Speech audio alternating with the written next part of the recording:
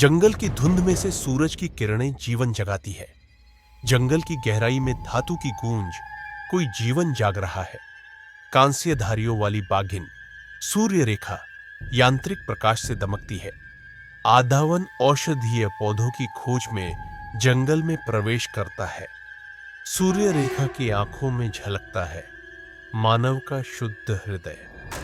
विशाल यांत्रिक हाथी गजेंद्र 9x घावों से कराहता गिरा है।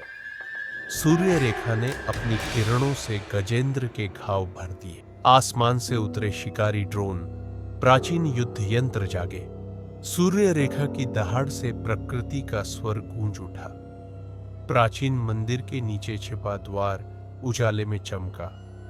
भीतर तैरता दिव्य बीज, सूर्य नाभि, ऊर्जा का हृदय, आर्षी यंत्रों में प्राणकोड़ भरते हुए दिखते हैं।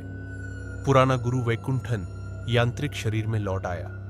वैकुंठन उस शक्ति को अपने नियंत्रण में लेना चाहता था। बादल फट गए। नीले आकाश में सुनहरे वृत्त चमक रहे थे। सेना ने ऊपर देखा। द्वार खुल गया। बिजली की चमक में बाघ की आंखें दहक उठी। युद्ध आरंभ हुआ। तरल प्रकाश से बहती नदी को साहसी जीव पार कर रहे थे। हवा के मुकुट से ढका आकाश सिंह नीचे उतरा और प्रहार किया।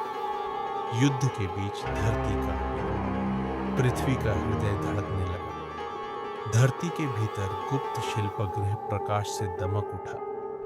पुराना पक्षीराज अब यांत्रिक रूप में पुनर्जन्मा। प्रकाश की गुप्त लिपियों में ज्ञान मंत्र प्रकट हुआ।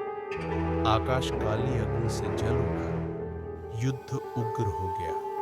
जीव, यंत्र और धरती की शक्ति मिलकर प्रकाश वृत्त बन गई। आकाश से सुनहरे कण बरसे। हर कण में चेतना थी।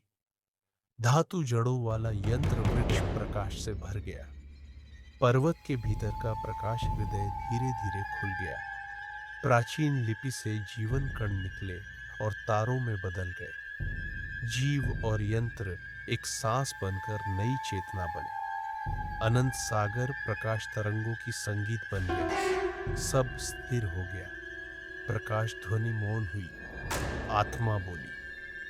सूरज नई सुनहरी रोशनी में उगा। संसार पुनर्जन्मा।